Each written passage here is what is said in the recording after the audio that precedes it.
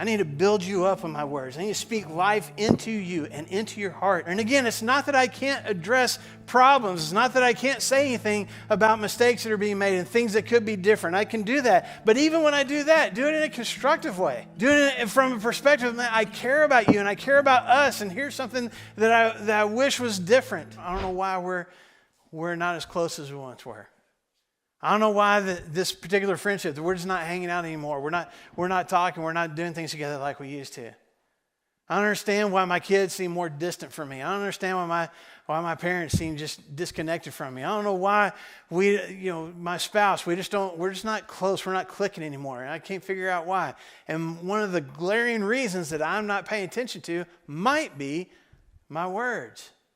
It's not you, it's me. It's my words. It's the things that I'm saying and the way that I'm saying them that is killing this relationship instead of speaking life into it. Okay, so how do I speak life into it then? If we recognize these kinds of words, the insults and the criticism and all those kinds of things are breathing death, speaking death into this relationship, how do I speak life then? What do I do to make my words better so that I can make this relationship stronger? Let me give you some things that can help.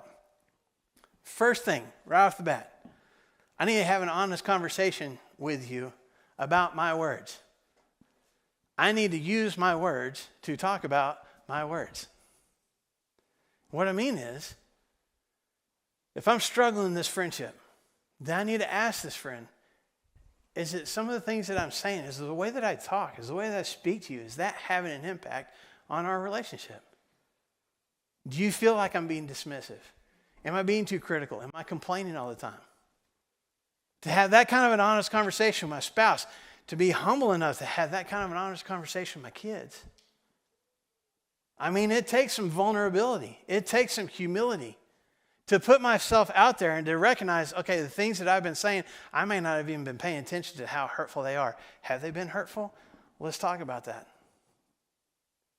To address it, to acknowledge this is a problem. But how am I going to know it's a problem if we don't talk about it, if we don't address it? This is what Jesus talks about in Matthew chapter 5. Now, he's talking in Matthew chapter 5 in the context of some people who, in the Jewish culture of his day, that were bringing, sacrifices to the temple. They were bringing animal sacrifice. So they bring, some grain or something to their farm to the synagogue to offer to God. And Jesus says in Matthew chapter 5, beginning in verse 23, therefore, if you're offering your gift to the altar and there you remember that your brother or sister has something against you, leave your gift there in front of the altar. First, go and be reconciled to them, and then come and offer your gift.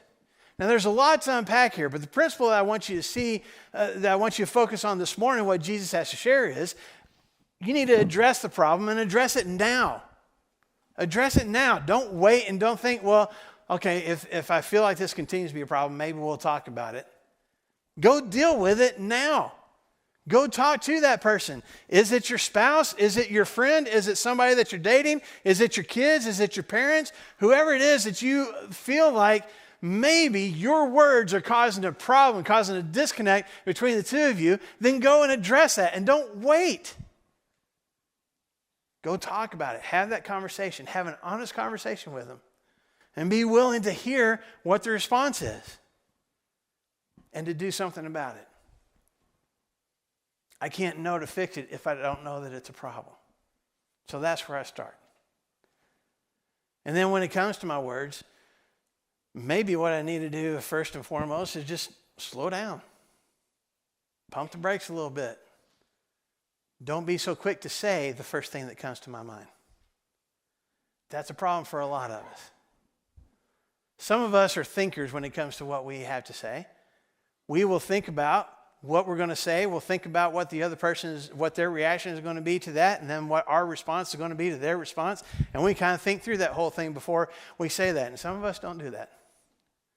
I think all of us at some point struggle with just speaking the first thing that comes out of our mind. We talk about having a filter and not having a filter. I think all of us at some points are filterless.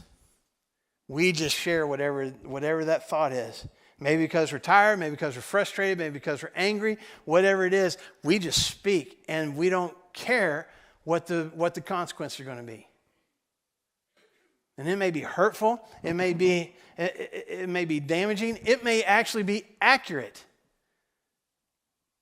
But we're not caring about what the reaction is going to be to it, how that person is going to hear it. We're just going to say it. And maybe some of us need to get a better habit of just slowing down for a second. Let me take a breath before I say what it is I'm going to say. Let me run through that scenario in my head before I say it out loud. James says it this way in James chapter 1 and verse 19. My brothers and sisters, take note of this. Everyone should be quick to listen, slow to speak, and slow to become angry. James is not saying that we need to speak in slow motion. James is saying I need to slow down before I let those words come out of my mouth. How are you going to hear what it is I'm going to say? Is this the right time to say it? Is this the right thing to say?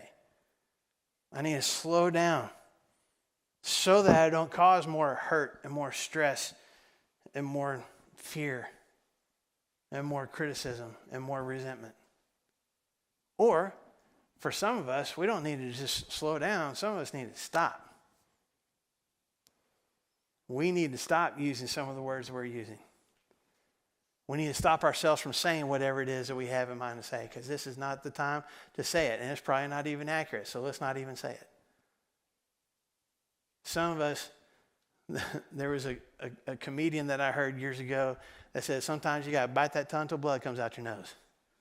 Some of us need to do that. We need to say, I'm not going to even say it. Because I know that if I say that, that's going to cause problems, and it's something that doesn't even necessarily need to be said. So I'm not even going to say it. Oh, this is hard for some of us. Especially if somebody says something hurtful to me. Man, I want to fire right back at them. And feel justified. I have every right to say it. And sometimes I don't need to just slow down. I need to stop. Not even say those words. Stop being critical. Stop with the insults. Stop with the threats. Again, from Proverbs, the book of wisdom, chapter 21, verse 23, it says, watch your tongue and keep your mouth shut, and you will stay out of trouble. My mom is probably watching because she watches online. Bless her heart. She's probably going to hear me say this. But when I was a kid, especially in my teenage years, my mom consistently said to me, that mouth of yours is going to get you in trouble one of these days. And she was right. It did multiple times. Still does sometimes. And that's what Proverbs is getting at here. Sometimes just to keep yourself out of trouble. Sometimes to keep from hurting this relationship. Sometimes to keep from causing more damage than maybe has already been caused. You need to just keep your mouth shut. Just don't say it. It doesn't need to be said. So let's not say it. Let's not use those words. Let's not use that tone. Let's not go down that path again. Let's not speak death into this relationship. Let's just stop. Slow down or stop. On the other hand, I need to be in the habit of speaking words that build up. I need to build you up with my words. I need to speak life into you and into your heart.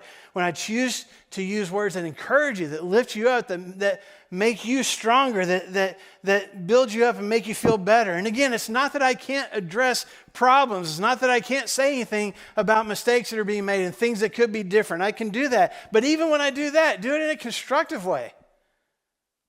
Doing it from a perspective that I care about you and I care about us, and here's something that I wish was different. But then I also compliment you and encourage you. I see how you're handling this situation. I see how we're doing better in this particular area. Thank you for doing that. Keep going. I'm proud of you.